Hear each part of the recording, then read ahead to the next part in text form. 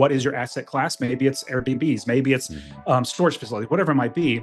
But then you need to meet other people who are also experts, and then you work together. It makes investing so much easier and so much better for everybody. Welcome to Multifamily Insights. I'm your host, John Casmon, and I want to thank you for joining us for another great episode.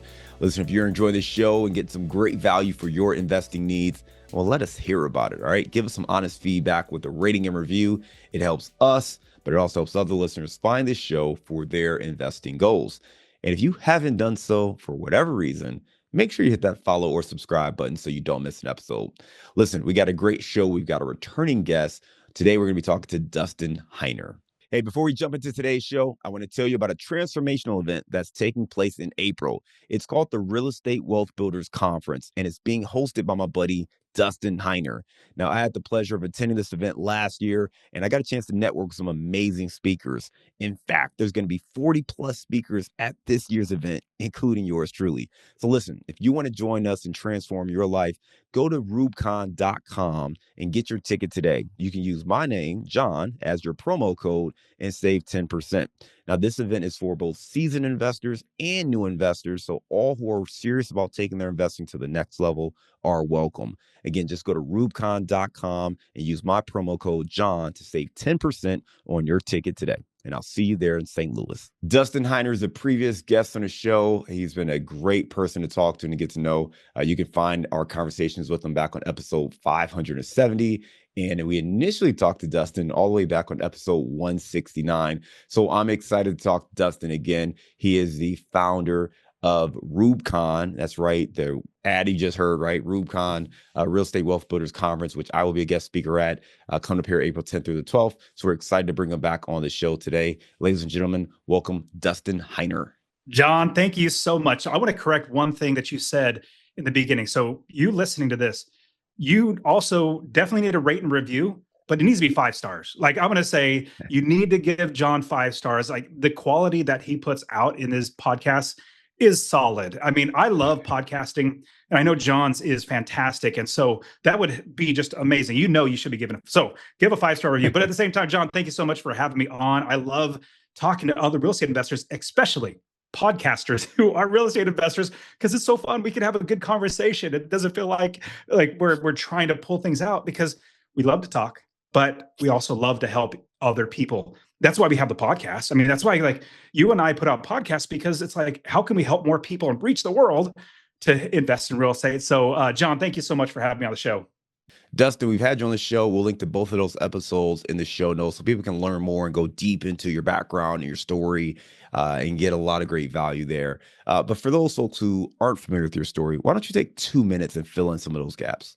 Yeah, absolutely. So I am a real estate investor, but I didn't start there. You know, actually, I was very, very poor growing up, and I didn't realize that because my parents were they were awesome, great, great parents. I had a great life, but we lived in a 2-bedroom house that was like 900 square feet growing up. But I didn't know that I was poor. It doesn't have to be like that. You are, oh my goodness, we're poor. No. We made the best of everything. But then at the same time, I knew that I wanted to not work for somebody else. I wanted to be successfully unemployed, is a term I like to use.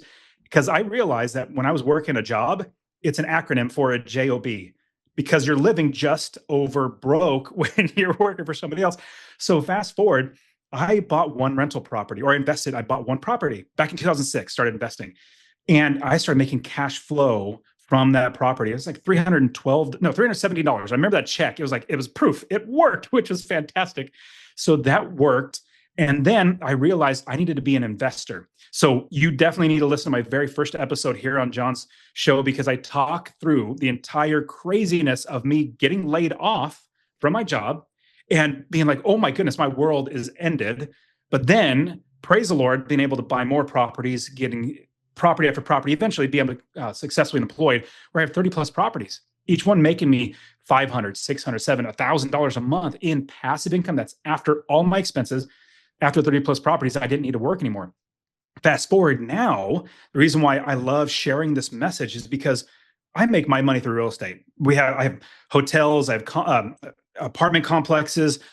I just bought 3 properties this month, 3 properties in Akron, Ohio. going to be making maybe about $1,500 a month in passive income after all expenses. I have 30 other rental properties, Airbnbs, but I'm not saying that other than to show you that you got to start somewhere. And I started with buying one rental property. It could be buying one small multifamily. It could, but in getting started, that was what happened for me. Was I got laid off, and that shoved me into investing. The last quick thing that I'll say is that when I made the focus of myself, the shift in my mindset, going from being an employee to being an investor, this is how it works out. So whenever anybody asks you the question, what do you do? I would always reply, and we all reply this way. We reply with our job. I work for the local county government and I do technology. That's what I would reply. But I'm basically projecting out to the world what I put my value in as coming from my job. No, my value doesn't come from my job. My value comes from my God and from myself and from my family. So after getting laid off, I made it a conscious decision to say, from now on, I'm going to tell every single person I'm an investor. Now, it may so happen that 100% of my money comes from my job. That's now my part-time job. I'm a full-time investor. So when you make that mindset shift, even though you might not have any properties right now, you still project out to the world who you are, and then you will become that person. It's a mindset shift. It's a reframing of who you are. So that's what got me to where I am today. One other quick last thing. Investing back in 2006, that was before the crash. And I was worried when the crash happened. I was like, am I going to lose money? Actually, I made more money because I invested for passive income or cash flow. I didn't buy for appreciation, hoping it's going to go up. I bought so I can make money every single month. My income went up in the crash because sadly people were losing their homes, but they still need to live somewhere. So they became renters, demand went up. All that to say, that's how I got started. And now with all my properties and everything now, this is literally the time in my life where I just keep scaling up like Monopoly. Start small, keep getting bigger, bigger, bigger. Then you get to the red, houses and hotels and stuff like that. But that's me in a nutshell. Hey, Dustin, love it, man. You talked about, working in corporate America, getting laid off and being successfully unemployed and changing that mindset from a W-2 employee in your job to really being an investor to the point where people ask you, what do? You stop talking about whatever you did for a job, whether or not you had investments or not. It was more about, I'm an investor. This is who I am. This is how I'm identifying myself. And I think that's so powerful to have that mindset, because it gives you the ability to go out there and focus on what you want to become, as opposed to tying up all of your value into a job or a position that you hold today. You started talking about, you bought some properties in Akron, you had some other passive investments. What are you investing in today? What's your current investment strategy? So it is a combination of lots of different asset classes, but I say that I'm not the expert in all types of asset classes. I am absolutely and I created the brand Master Passive Income because once I bought one rental property, I felt like I've mastered passive income. Like I've mastered it because my property works for me and it makes me money. And I'll own this property forever and I'll give these properties to my kids in generational wealth. And then I thought, I want to also help other people to master that passive income, which is buying real estate rental properties, because it's so easy to buy a single family home.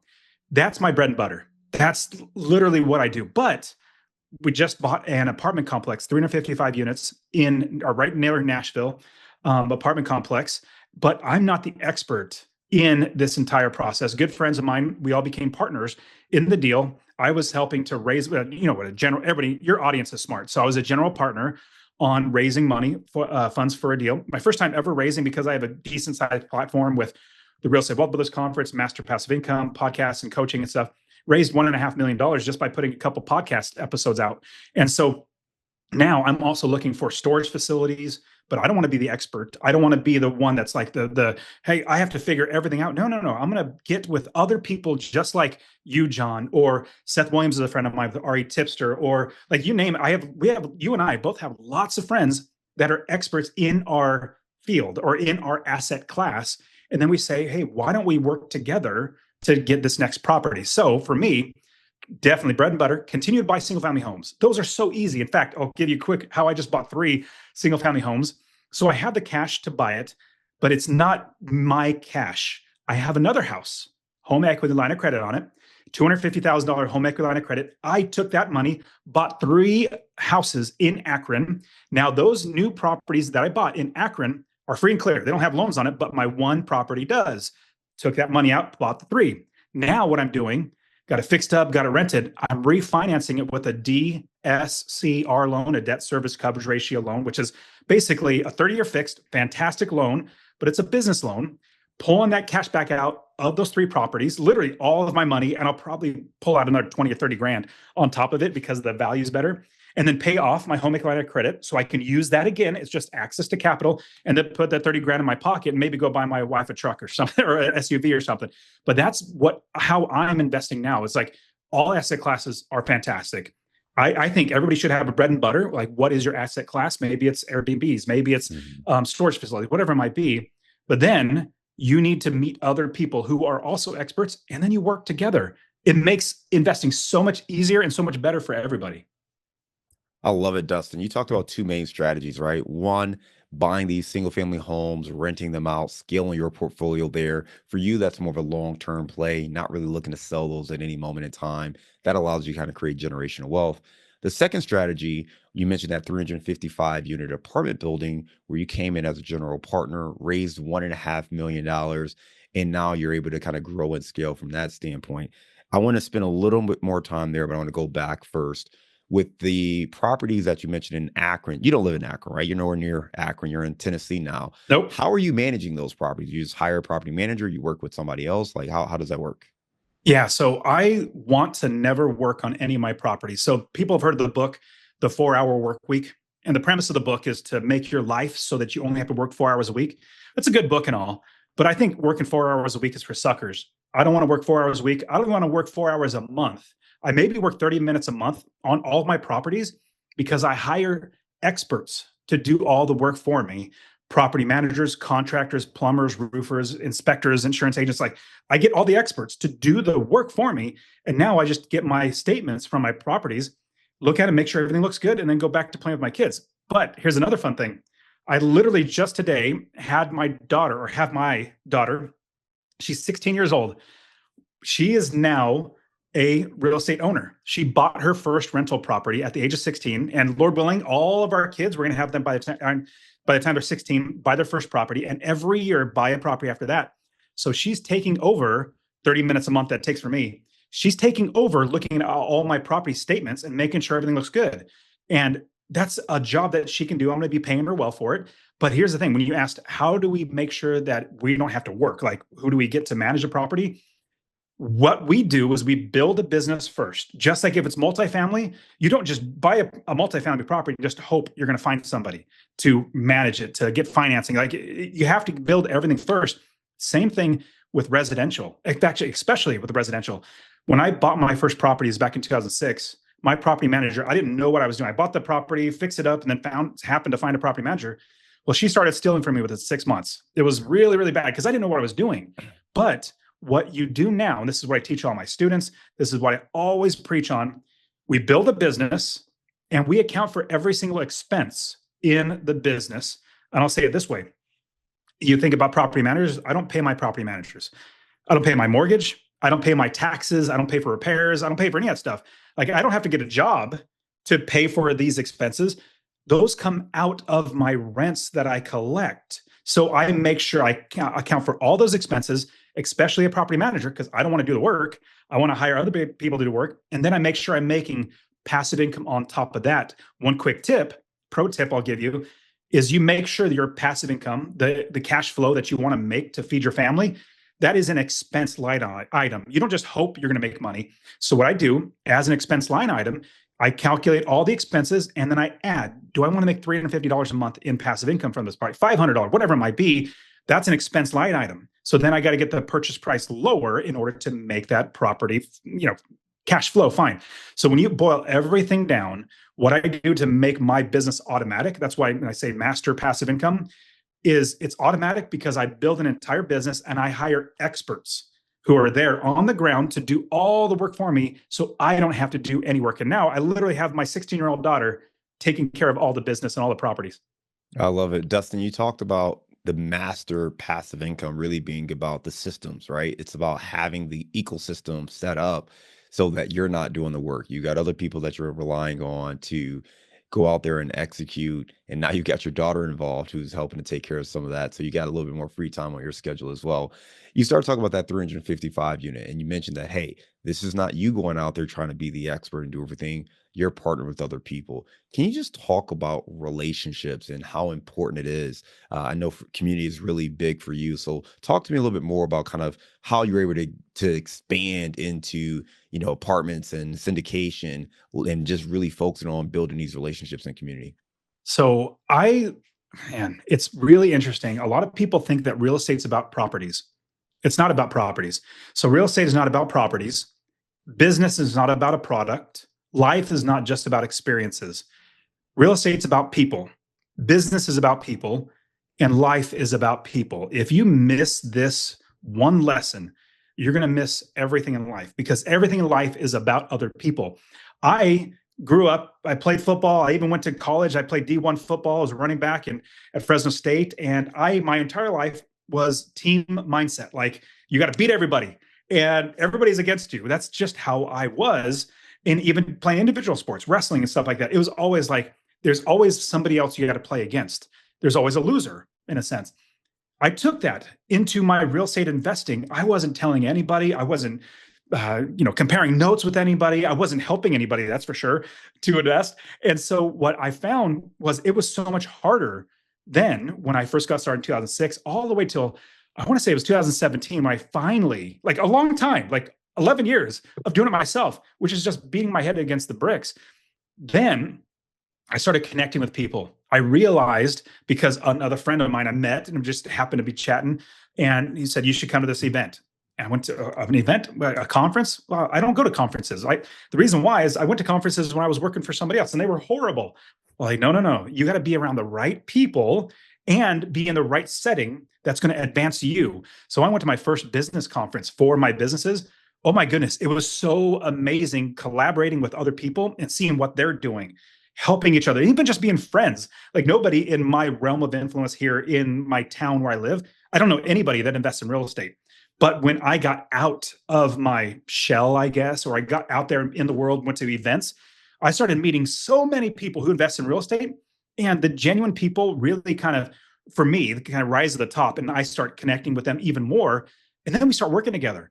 And my business exploded because I started helping and connecting and working with other people. It's just amazing. So I am big on community, connecting, and serving other people. Because remember when I said real estate is about people, I'm dead set on that. The more people that I serve in my life, the better my life gets and the better their lives get. So it's not a win-lose scenario. You need to figure out a way, because there are always a way to make something a win-win. And if there's a third party involved, a win-win-win. We always can make sure that everybody wins. And when you do that, when you give that amount of sacrifice or service, or you just give, it absolutely comes back in return. So I'm huge into community. And one thing that really helped me to realize this was, as I was coaching students how to invest in real estate, we started having lots of students. And so we would get together on Zoom calls, and then they would be connecting. And I thought, man, this is so cool. They're becoming friends, and they're, brainstorming outside of working with me. Like, they're helping themselves. Would I help this person? And then they relate it on. And so I started seeing so much more collaboration in my audience and my students. Then I created the Real Estate Wealth Builders Conference, because all of them on Zoom said, hey, we want to actually be together in live in person. So I said, let me create a conference where we could bring all my friends like you, John, come and speaking at, because I said, you know what, how about I do this? I'll create a party that I bring all my friends to that I want to hang out with, and I'll invite everybody else to come and hang out with us. One quick last thing I'll say is, most real estate investing conferences or events, it's literally a sales pitch.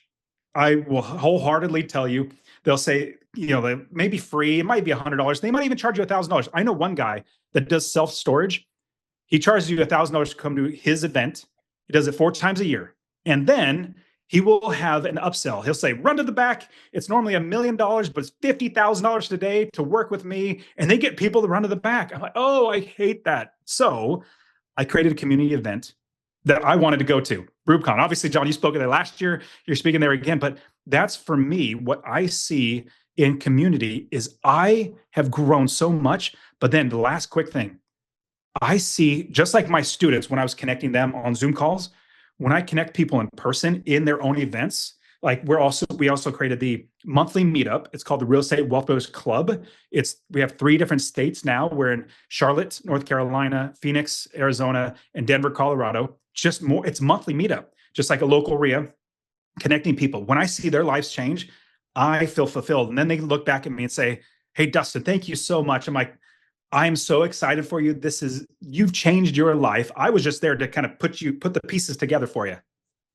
Dustin, I love it, man. You talked about just your relationships and wanting to connect people, starting with people you were coaching, recognizing all the relationships you've built, hosting your own podcast and bringing everybody together, right? That's how you got the REWBCON.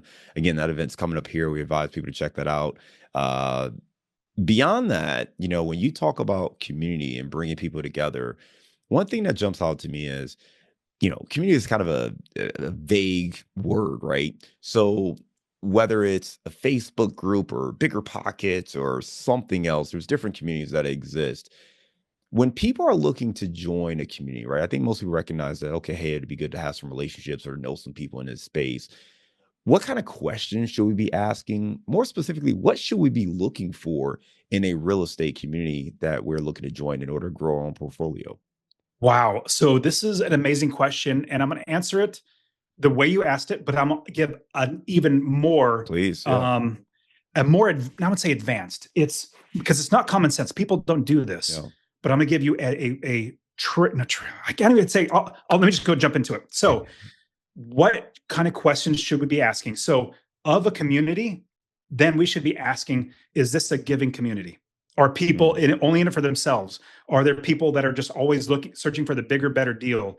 If it is that type of community, then I personally don't like going to those because you're always bouncing and you don't really make friends. Everybody is literally in it for themselves. I hate that. So that leads me into I guess maybe the ninja hack to networking a community. That's probably the right way to say it. Let me give you the ninja hack or the investor. If you are an expert investor, this is what you do. Once you find out a good community of givers, like you come to REWBCON, you will literally find so many givers because I, obviously being the spearhead, the leader of it, I lead by giving. I want everybody to connect. I want to help everybody else. And then everybody else in there also becomes givers. But the questions that you should be asking, being the investor hack to becoming even more successful in real estate, these are the questions.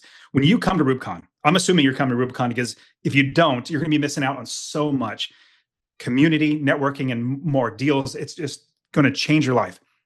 When you come to REWBCON, the first question you should be asking is, after you meet somebody like, hi, John, my name is Dustin.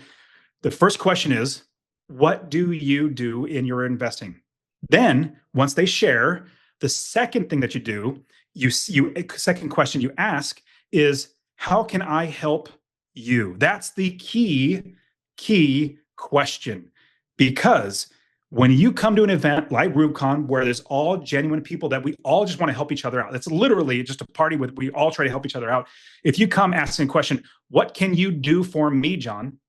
You wouldn't ask it that way, but you would say something like it. You would try to be, how do I take? It will literally stop the conversation and it'll break up and you will literally get nowhere. The expert investor hack in networking to get people to work with you is saying, what can I do for you, John? How can I help you? Okay, well, John, you said you did this. I have this friend that does this. Can I connect you guys? Because I think it might be really good connection between the two of you. Guys might be able to help each other out. You always should be thinking, how can I help this other person? Because when you do that, it will 100% of the time reciprocate. It'll come back to you like, man, this guy, John, was so awesome. He connected me with like 3 people and my business is exploding. I'm going to call John and see how can I help him. Trust me, 100%. If you're listening to this right now, if you do not do this, you're going to sabotage yourself. If you do this, it's going to take you leaps and bounds above what you ever thought you could. Dustin, that is absolutely like an expert ninja hack on networking. And I want to replay it and tweak it slightly so people understand.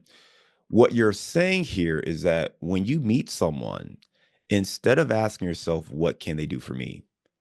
Offer to help them. And because what happens a lot of times, especially let's just take it out of the conference world, right? You go to an event, you meet somebody, you don't identify how they can help you right away. So typically you don't engage with them, right? You don't go speak to them, you don't say hello, or they shake their hands, they says, "Hell, I'm this or I do this." It's not what you do. So you don't know where to take the conversation, right? You try to cut it off and move on. Instead of that, which creates awkward, that's why people hate networking, because it feels like you're just on a speed date thing. You're going up to Transaction. somebody, it's transactional. What can you do? Oh, do you invest? Do you want? Oh, I invest. Okay, great. And if not, if you can't find that immediate connection to do business together or for someone to help make you money or whatever it is, then you're trying to get out of that conversation. And what you're talking about is, instead of focusing on yourself, learn about that other person and figure out how you can help. And how you can help doesn't mean you paying them or you investing with them necessarily. It could be an introduction. It could be right before we started recording, right, Dustin? We were talking about podcasting. You say, "Hey, John, there's this tool that you might want to check out." Great, right? That's how you help people. It's not necessarily an exchange between you and I of any kind of finances necessarily. It could just be, "Oh, you're interested in this? Hey, I just read this great article about that," right? So when you can help people, that's how you can really grow a relationship. And you never know the value someone has. They Can may I add one have thing great too? connections and other things that can help you move your business forward. Yeah, go ahead, Dustin. Yeah. So 100%. And then the second, I guess, step to this is be thinking of delayed gratification or playing Hmm. the long game, where you are saying, I don't care if I give the world to this person because 6 months from now, a year from 5 years from now, it may come back to benefit me. But even if it doesn't, I know I've helped another person. That's payment in itself. But I kid you not, if you focus on the long game, delay gratification, it will absolutely come back to you in the end. Don't think, what am I going to get right now? Think, what am I going to get in 6 months, 5 months, a year, however long it is going to be. And then it's going to come back to you, kid you not, every time. It works for me. No, I absolutely love it. And I'll give you a real example. At REWBCON, at your event last year, I met a lot of different great people, one of which, just in, conversations over dinner, I ended up hiring to be one of my coaches, right? And I was a Yes. speaker myself, and I was sitting there like, what, this guy's got some great information. And like, hey, I think he can help me with that business. Now, he was giving me all of the insights, and I appreciate it, right? We weren't back there with the intention of, okay, hey, I'm gonna pitch this guy my services. We just had a great conversation, a great connection, and that happens, right? So I think it's really important just to build those relationships, build those connections, help people where you can, and let the business side of it kind of grow from there. I want to go back to the part about the conference though, because you said something I wanted to hit on, and you talked about attending these conferences that are really just sales pitches.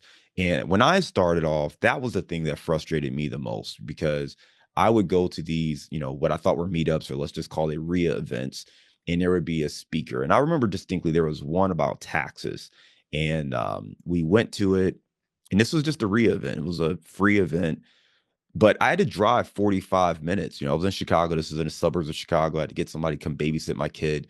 So we drive out to this event, and this guy starts telling us about some tax strategies. And he's got this software, and his software is normally $1,000, but today you can get it for $499. And then a little bit later on, it's actually just $199. And then it's actually just $99 if you get it right now. And I'm like, I just wanted to learn a little bit about taxes, man. Like, if you would have gave me great value, I probably would have had no problem paying for it, Even but full price. you never gave me enough value or information for me to understand if I did need it or not. So we ended up launching our own events because I got tired of driving out to the suburbs just to be disappointed. And that rolled into me launching the Midwest Real Estate Networking Summit, which was a no pitch event. And I say all that because you want to focus on events where the focus is on education. And the reason I brought up the story about me hiring that coach is, if you're getting enough real value, you will know who can help you go to the next level. Because if they're giving you that kind of value for free, imagine the kind of value you could get once you hire them or start working with them. So can you just talk a little bit more about maybe some success stories, whether it be coming out of the community or coming out of REWBCON? Yeah. So loads and loads of success stories. We could, let's just focus on two from REWBCON. So I have somebody who listened to my podcast, and he's from Colombia. Super awesome guy, very fun guy. He listened to my podcast, got one of my free courses, and started invest, or like wanted to invest. Then he came to REWBCON. He said, "You know what? I've been listening to Dustin's podcast for 6 months. He literally tells me I binged all your shows. We have 300 plus shows. He went from the beginning, he went to the very end, because it's like 90% is a solo show, me just teaching how to invest. He said, I did all that. I bought my first property. Then I came to REWBCON, and then I've exploded. I think he's like at 10 properties now. And this was just last year, like literally 2024. He went, it's now 2025. He's now exploded his business because, number one, coming to REWBCON got him encouraged, because it's like I said, it's no sales pitch. It's all about encouraging people and building people up. Then he made connections there at the event. And then he saw, oh my goodness, this is possible. I didn't know that was there. Or that's possible. I didn't know that was there. This is possible. And so his name's Juan. Juan's a great guy. And so he says, I'm always coming to REWBCON because I grow so much. So that's one. I'll give you another one.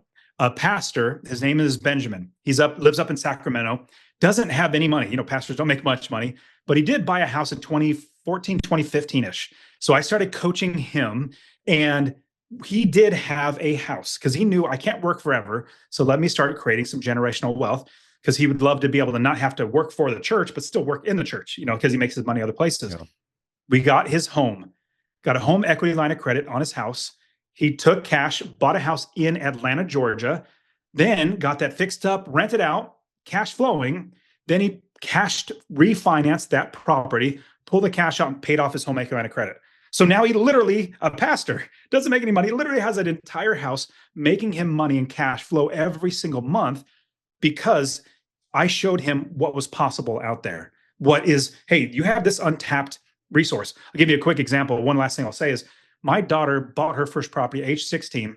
And somebody might say, and they probably will think or say, well, Dustin, she had you coach thousands of people how to do it. You also have plenty of money. So she had an unfair advantage. I'm like, stop thinking about that stuff. Like, literally, you're thinking, woe was me. You're taking the focus off of, like, what can I do? I believe every single person in this world has some sort of advantage over somebody else. You just need to figure out what that is. You might have an uncle that you might not know that is actually has a huge 401k. It's like, you know what? I would just love to lend it out to people. You have because you didn't ask. Or you might frequent a gym.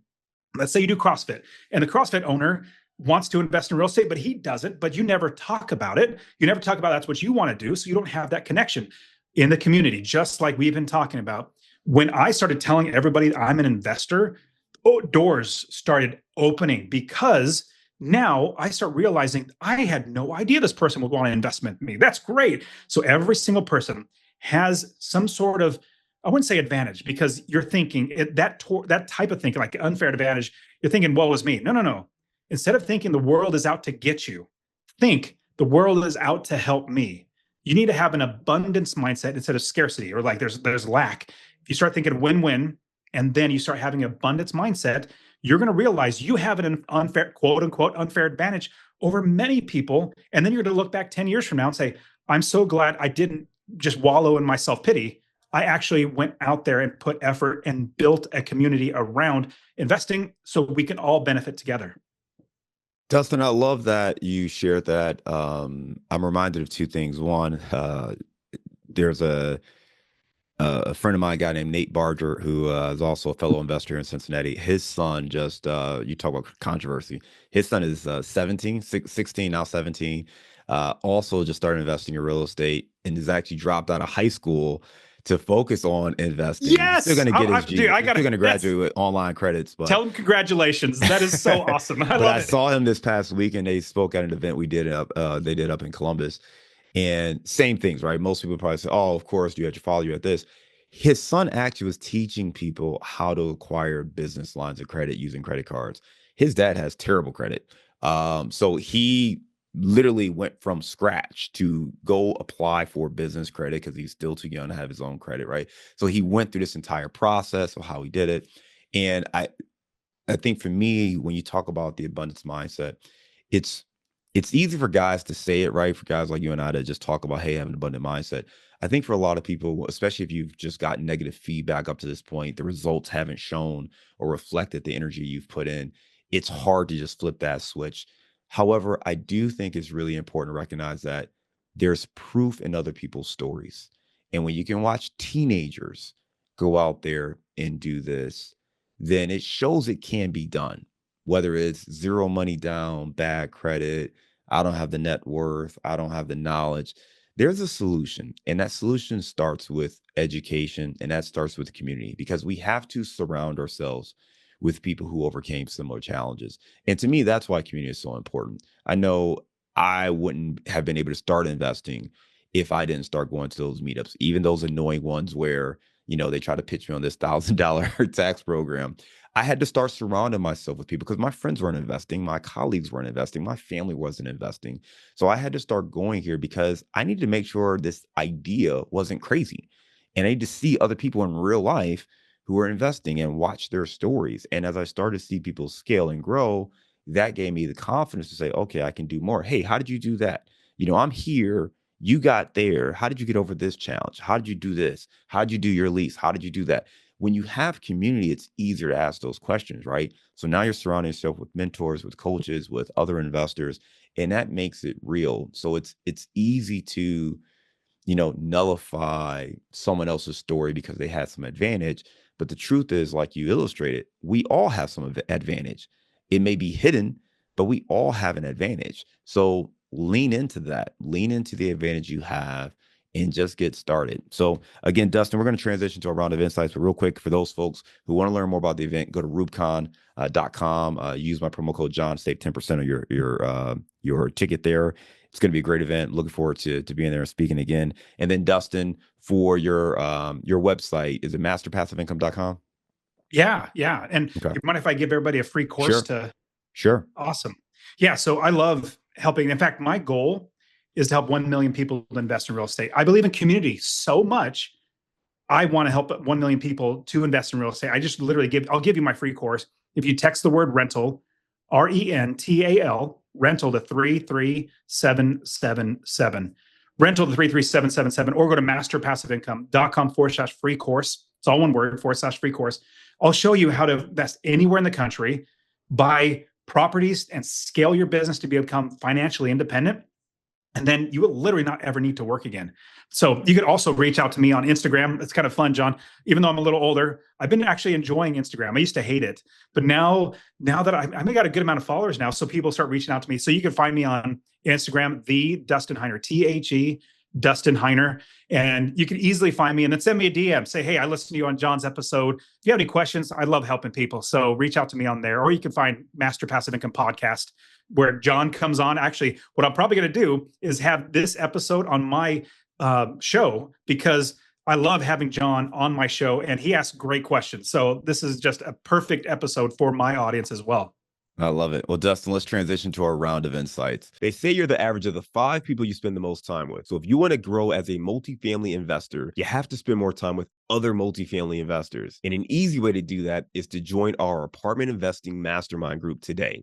Just go to casmoncapital.com and click on the mastermind button. Now, as a part of this group, you'll get access to expert trainings, group coaching calls, industry news and updates, as well as all of our webinars and workshops, including our 3-hour workshop on raising capital. Again, if you want to be around other multifamily investors that can help you scale your portfolio today and grow your network, make sure you're a part of the Apartment Investing Mastermind.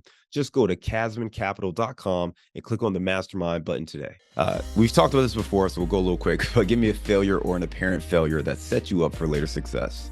Ooh, that's a fantastic, again, like I said, John asks questions, great questions, and you should be giving 5 stars, like 100%.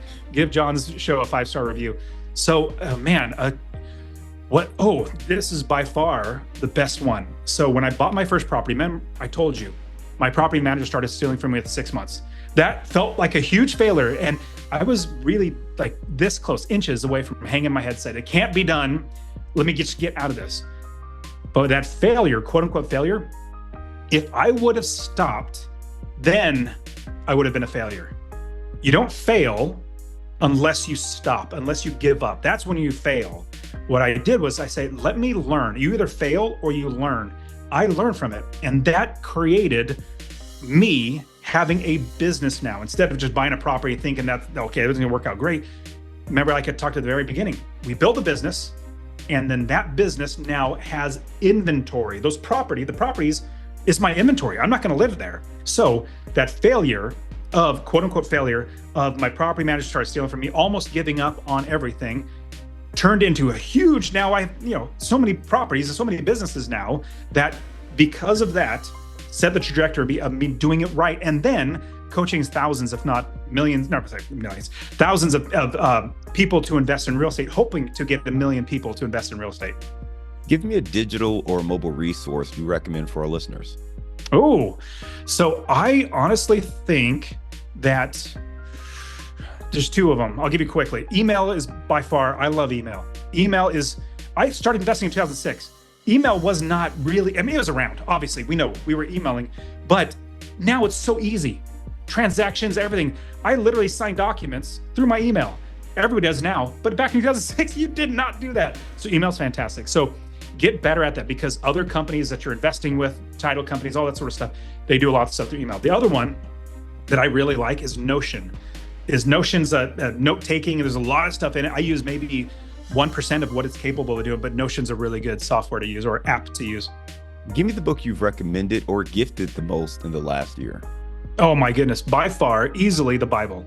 So the Bible is number one thing that I read it literally 2, if not 3 times a day. I read it to my kids every night for the last, my goodness, my daughter's 16 now. We started when she was 3 years old. We read it every single night. So every single night of their life, we've read the Bible. That's one, 100%. The second one that I'll give you is Richest Man in Babylon by George S. Clausen.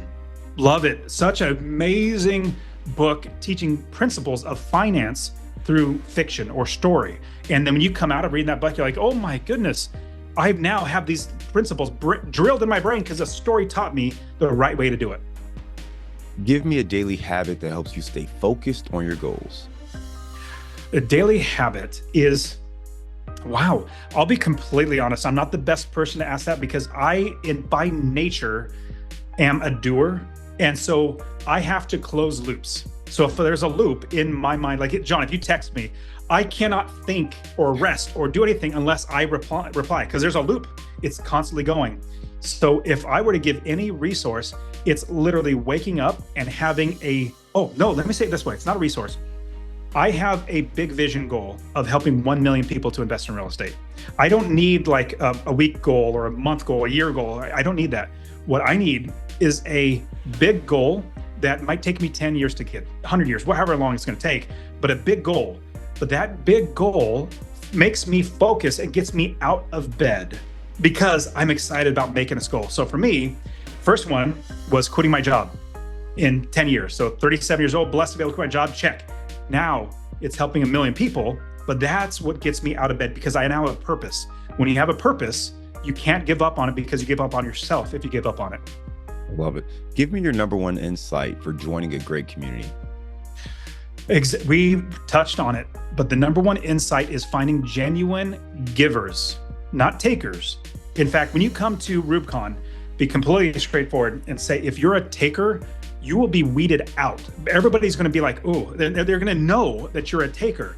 Hopefully, if you come to the event, they're going to help you to stop being a taker and become a giver. And I kid you not, takers only go so far. Don't get me wrong, they go far, they go pretty far, but you will go so much further in life becoming a giver. So the number one takeaway in community is becoming a giver, because in the end, that's where you get fulfillment. Like when I buy my properties, they're great accomplishments, but I don't feel fulfilled. When I quit my job, great accomplishment, but I didn't feel fulfilled. I felt like I needed more accomplishments. When I help somebody connect with somebody else, or I help somebody buy a property or become financially independent, I feel fulfilled because I helped another human being get what they want. It's the best feeling in the world. Now that's all I seek. I love it. I love it. All right, we're going to go in a different direction. Recently, you moved from Arizona to Tennessee. So give me your favorite place to grab a bite to eat. Oh, so right now there's a ramen shop in Tennessee, which you're like, ramen's Japanese. Like, how in the world is there a good one? Yeah, ramen in Kid you not? Tennessee is not what we initially put together. So, Yeah, so this is in Murfreesboro, just south of Nashville, 45 minutes or so. And my wife and I were looking for some place to eat. Oh, there's a ramen shop. Let's go try it out. So I'm half Japanese. I've been to Japan many, many times. The reason why I say the ramen shop is because I went to the ramen shop about a week before I went to Japan this last year. And I went to my favorite place in Japan ever. It's the Ramen Museum in Shin Yokohama, which is close to Tokyo. It's a ramen museum, amazing. If you ever go to Japan, you have to go to the ramen museum. It's 2 stories. It's decked out in like 1990s. Like you go back in time, it feels like. And there's a bunch of shops, and it tastes amazing. The ramen that I had here in Tennessee, of all places, was just as good. So I have to definitely recommend that place. I can't remember the name off the top of my head, but if you look for a ramen place in Murfreesboro, Tennessee, you'll find it. all right, I love it. Dustin, always a pleasure talking to you, man. One, just talking about your journey from being, in corporate America to being successfully unemployed, building your community, building out your own portfolio, how you're acquiring properties today, and now starting to get into more syndications and scaling with a different strategy and relying on experts, just really understanding how to maximize your time, leaning on the expertise of other people. That is really allowing you to grow and master passive income. And talk to us about the importance of attending events, networking, being involved in great communities that allow you to thrive, and what that really looks like. Again, we've talked about it plenty, but if you want to learn more, you can check out masterpassiveincome.com. We'll put a link to that free course that you mentioned, and also the event, right? REWBCON 2025 coming up April 10th through the 12th. You can check that out in our show notes as well. And if you want to get tickets, use promo code John, save 10%, and I will see you there. Dustin, great talking to you again. See you in a couple weeks, and we'll stay in touch.